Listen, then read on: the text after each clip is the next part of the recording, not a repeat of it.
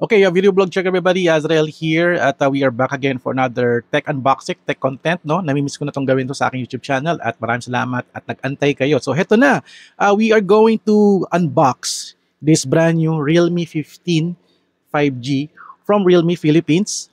Nalaunch siya nito nung nakarang araw, no? At I think last week, no?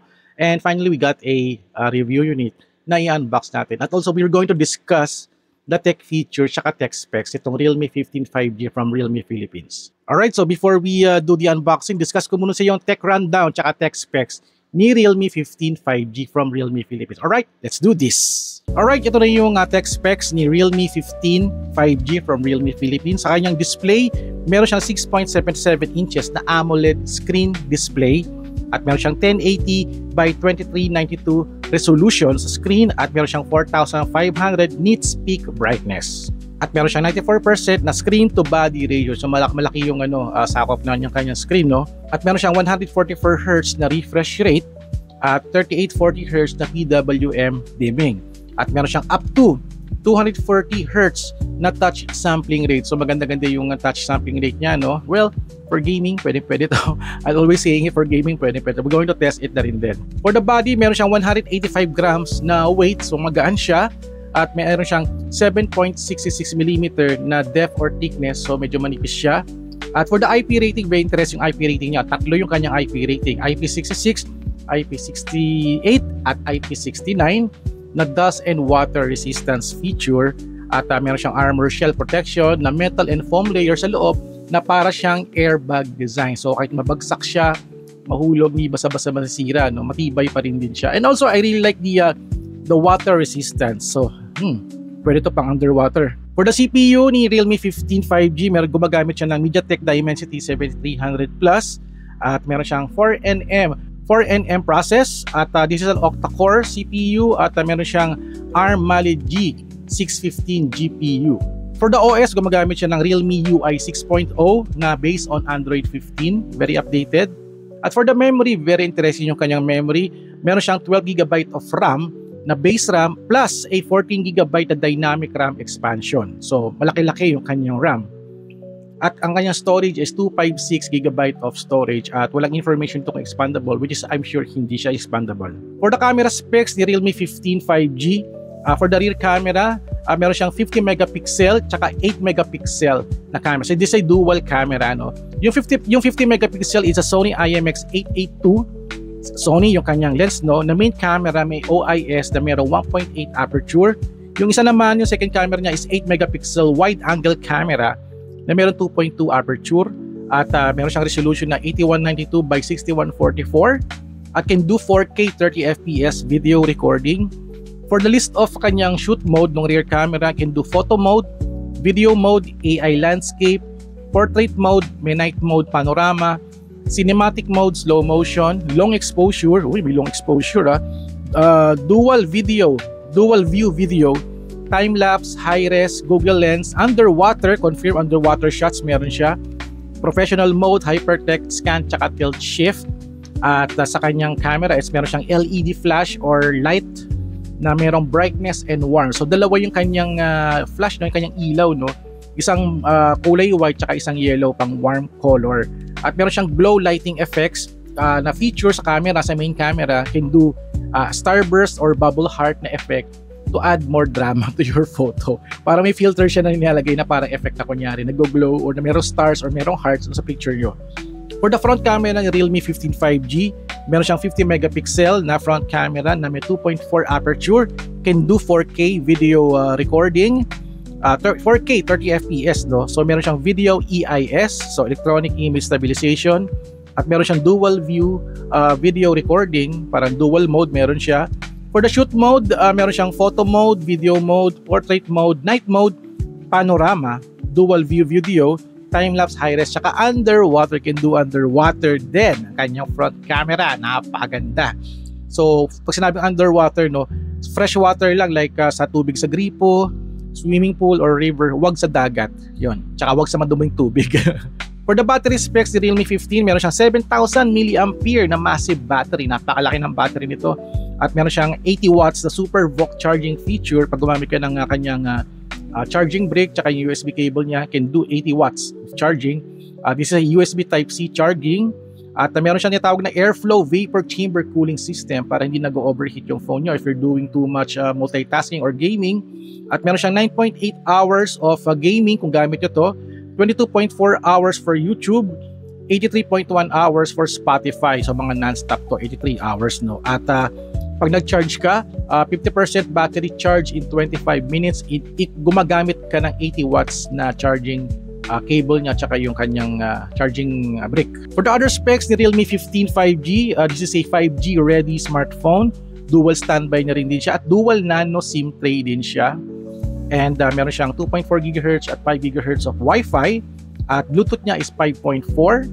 For the speakers, high-res dual stereo speakers, so malakas siya. At meron siyang dalawang microphones. At this is a USB Type-C port. And I guess the ear jack is USB Type-C na rin din. And this is a OTG support up to 2 terabytes. So kung may mga USB drive kayo dyan, or parang, I think pwede rin ito yung mga passport, no? Yung mga external hard drive, no? Kasi 2 terabyte, malaki na to eh. At meron siyang in-display fingerprint sensor. At tsaka yung very interesting breathing light notification. Para sa likod ng camera, may extrang ilaw dun sa kanyang flash. Nag-glow yun, parang ring light siya, no? Na it will glow pag may mga nare-receive kayo notification. I think you can turn it off yun yata eh. I'm not sure lang, no? For mga AI feature ni Realme 15, ito very interesting. Meron siyang AI voice command na pwede nyo gamitin to the AI edit engine. Yung AI edit engine, ito yung kanyang pang-edit ng photo. Parang isa yung AI companion, no? Pwede mo siyang i-activate using your voice command. Nag-try ako kanina na lagyan ko ng gloves yung kamay ko, pinicturean ko. Nagkaroon siya ng gloves using its AI. Parang it's your own version of ChatGPT or Google Gemini, no? So meron siyang 2K live photo, AI snap mode, AI landscape, AI glare remover, at ito yung mga features for the photo no, na parang it will enhance more of the photo using its AI features, no? Parang automatic na rin din yan. At meron siyang AI gaming coach. Parang hindi ko pala try ito ng AI gaming coach para sa mga games daw it will recommend something, no, to better win the game daw. At meron siyang AI Ultra Touch Control. You can customize the mga controls niyo sa gaming. Tsaka GT Boost. Parang game engine to ni Realme 15 to give a better performance sa mga games niyo kasi gumagamit siya ng maraming power and also specs. So it will balance everything para hindi kayo lagi nalolobat. Body color available ni Realme 15. Meron siyang available na silk pink tsaka soot titanium color. I'm not sure kung meron pang iba pa kasi I've been viewing this sa kanilang website, but I think so, baka dalawa lang siya for the Realme 50 kasi si Pro kasi parang maraming kulay eh. So I got the color of silk pink, yung nakuha kong color. So ayun, it's 12GB of RAM, 256GB of storage, silk pink. So pink yung aking Realme 50, which is okay na rin din. Pink is good for men na rin din. At for the SRP ni Realme 15 5G, sa market, naka-out na siya for 23,999 for the 12GB of RAM and 256GB of storage. Nag-sale to, no? During its pre-order, naging 18,000 na rin din yata to sa Shopee, no? So, at least tapos na yung promo. Pero check nyo na rin din, baka meron pang available. At if you're interested to get the upgraded version, merong Realme 15 Pro na version na for a price of 27,999 for the 12GB at 256. Tapos 30,999 for the other variant na may 12GB of RAM, 512GB of storage. So, it's up to you kung kaya nyo yung 23,999 or 27,999. I suggest get the Pro kasi mas maganda yung Pro. The good part there, doon sa style na yun, it's meron siyang better specs sa CPU and also the camera. Alright, tapos na yung ating tech specs rundown and it's time to unbox the Realme 15 5G from Realme Philippines. Alright, let's do the unboxing. Let's do this. Alright, okay, so this is the Realme 15 5G from Realme Philippines. At this is the silk pink body color na 12GB of RAM, 256GB of storage. So, unbox na natin. Okay, unbox na natin to. At this is a good phone for 23,999 and this is some of the content inside the box. So this is the phone and sa loob it's the USB Type-C cable at yung kanyang charging brick. Ayan. So this is the phone, the Realme 15 5G. Talagang silk pink. Not really mukhang pink, no? Parang okay lang naman siya. Mukha siyang ano, mukha siyang white na ewan. Eh. Pero pag naiilawan siya ng ilaw or araw, mukha siyang pink na. And this one is yung mga paper stuff. Also the jelly case. Ayan. So it's the manual and the pin tray. Ayan, SIM pin tray. And also the jelly case, which is very important, no? Kung ayaw yung madamage yung phone nyo o gusto nyo mas malinis, the jelly case will help you protect it. So ito na yung mga kuha niyo, no? The phone, USB Type-C, charging brick, jelly case, manual, and also the pin tray. So ito yung mga kuha nyo pag bumili kayo ng Realme 15 5G here in the Philippines. So ayan. Alright, let's do a focus on the Realme 15 5G. No? Silk pink color. Napakaganda ng kanyang kulay. At ito yung kanyang rear camera. So meron siyang module dito. So dual camera. At ito yung kanyang tinatawag na breathing light. Ito. This is the 50 megapixel and the 8 megapixel. Tsaka dalawang kanyang flash. Oh. Isang white, isang yellow. So magagamit mo to for photography or taking pictures sa dilim with some people, so hindi masyadong sunog yung itsura ng kulay ng tao. And there's the logo of Realme here. This is the front camera, kita nyo dito. At sa taas, there's a microphone. At hindi ko alam kung ano to. I think speaker yata, I think. Sa left side is very clean. Likod, SIM tray, microphone, USB Type-C, speaker, yan.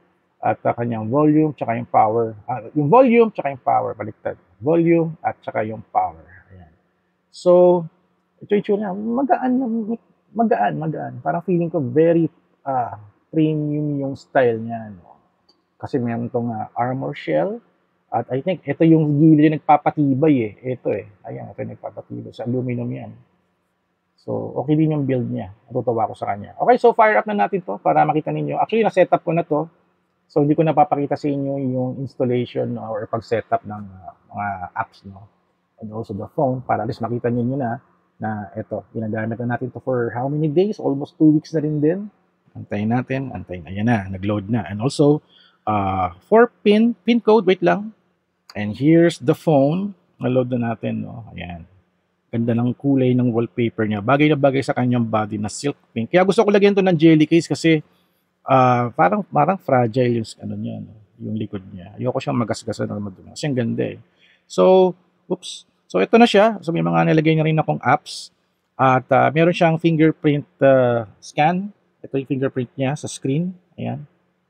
At also, yung kanyang facial recognition gumagana din. So, tatago muna ako. Pakita ko sa inyo yung fingerprint gumagana. Ayun. Ganun lang. Parang tinapat ko lang yung finger ko, gumana na kaagad. No? So, the screen is very fast, no? It's a 144 Hz refresh rate.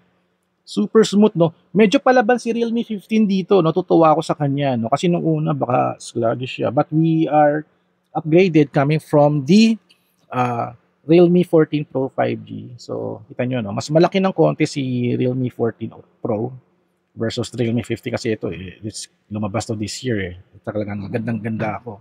Underwater mode siya. Okay.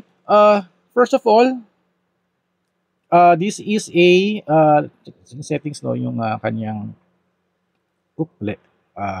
about the device. So 256 GB of storage, saka meron siyang 7,000 mAh battery, at ito yung yung kanyang 12 GB of RAM plus 14 GB of expansion na RAM niya. So ganyan kaganda. So, ayan. Galing, no? So, let's check out the camera. Yung camera, no? Yung camera. So, meron siyang 0.6. Meron siyang 1x. Meron siyang 2x. Ang zoom niya is up to 20x for the photo. For the front camera, ito siya. Hello. May 0.6x, 1x, tsaka 2x. Na 2x lang siya. For the video, meron siyang 1x, 0.6x, tsaka 2x na you can zoom up to 10x lang siya. And for the video selfie, ito siya, 0.6, 1x, tsaka 2x. Ayan, nakita nyo yung aking video recording setup. So, ito yung natawag niyang AI landscape. Galing, no? Pag if you're taking sa travel, no, you can use this.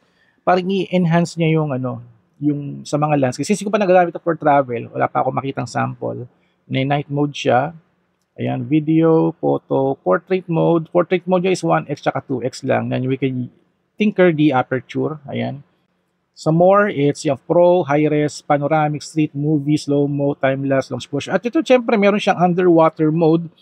At pag ginamit mo to, nakalock na yung screen, no? Para pag nabasa siya or nag-underwater shoot kayo, wala siyang accidental pindot, no? So, take photos, use the volume, take photos. Ayan, kasi hindi mo na magagamit yung yung screen eh. So, yung mga buttons lang for taking picture, parang camera lang talaga. For recording video, yung down button naman, yan, is already recording. Problema pag video recording ng underwater mode, wala siyang image stabilization. Yun yung problema ko dito. So, stop recording, ayan. Kaya minsan ginagamit ko yung normal camera na lang eh. Since ano naman to, waterproof naman, wala naman problema. To exit, press mo lang yung power button at meron siyang countdown. Ayan. Meron siyang remove water feature. Ini-eject niya yung tubig sa speaker para hindi siya maging muff yung sound niya. Alright, so may mga samples ako na papakita sa inyo, no? Some photos and some videos taken using the Realme 15 5G. So, yun yung gusto ko ipakita sa inyo na, ubaga, nagandahan ako sa performance nito. Sobrang sulit at palaban siya for the camera. Although, on low lighting, napansin ko pag naka-wide camera ka, medyo mababa yung kanyang resolution. But if you're using the main camera, napakaganda ng kanyang performance. Alright. So, ito. Check nyo na yung aking mga samples.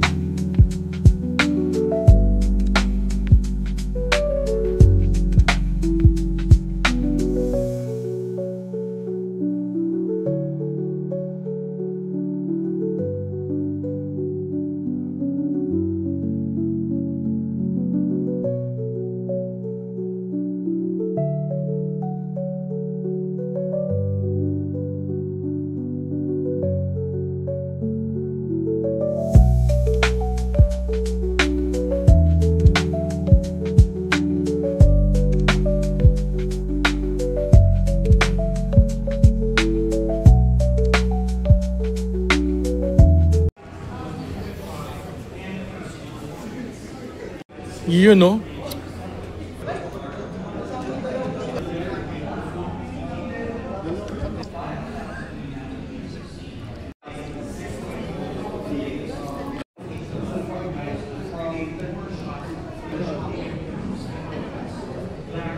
Which lets users dictate what edits they want to happen on 1,000mm squared cooling system megapixel shooter that still captures 100 max processor.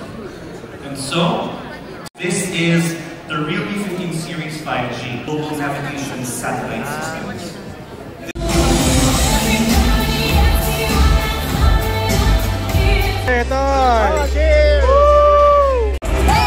I want to smash it! Like, oh my god!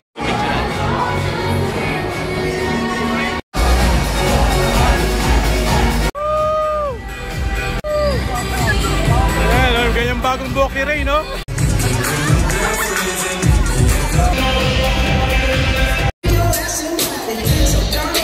Aldrich, say Trisa. Hey. Ano yan? Most real unfiltered life moments in a photo carousel or app. Welcome, Creative Director Miss Aliana Lacson. Yeah.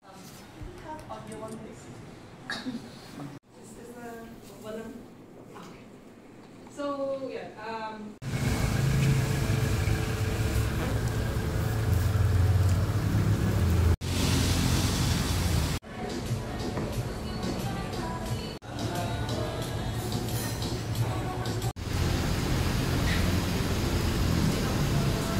Alright, nakita nyo na yung mga samples, no? Galing, no? Galing ng performance ng Realme 15. Kung meron kayong budget, suggest ko, get the Realme 15 Pro. Maganda rin siya, but kung ito lang yung kanya ng budget nyo, okay na rin. Importante sa akin, video and photo, may wide lens, gumagana siya, maganda yung quality ng pictures, may AI, and also maganda yung kanyang itsura. No? Silk pink, okay na rin na panlalaki, bagay na rin din. Alright, so that's it guys for our unboxing featuring the Realme 15 5G from Realme Philippines. Thank you so much kay Realme for the feature at kita-kits tayo sa next video tech unboxing. Alright, so thank you guys for watching. So don't forget to subscribe, like, and comment, and I'll see you guys at the next video vlog adventure. Alright, kita-kits.